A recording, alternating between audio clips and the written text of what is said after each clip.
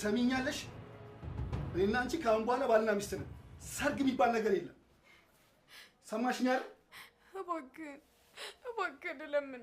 እኔ ሄኖክን በጣም ነው የማፈቅረው። በመሀላችን አትግባ። ልጅ አንቺ የሚፈልግ ይመስልሻል? ቢፈልግስ ከኔ ከአባቱ አንቺ የሚያስበልጥ ይመስልሻል? ጅል ነሽ።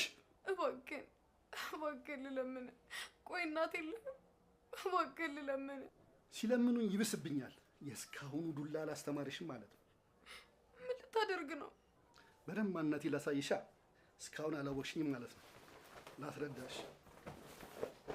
እንዴ ምን ልታደርገኝ ነው? አልገባሽም?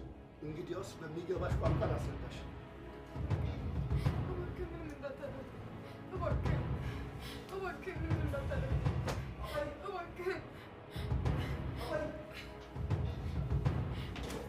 አባይ ምን እያደረጋችሁ ነው?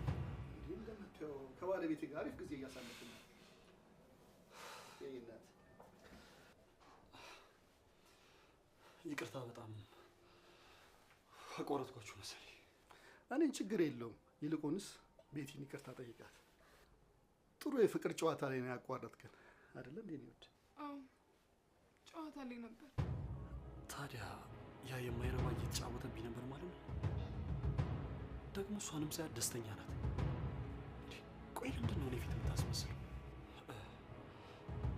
በቃ አባዬ እናንተ ተጫወቱ፣ እኔ ልውጣ።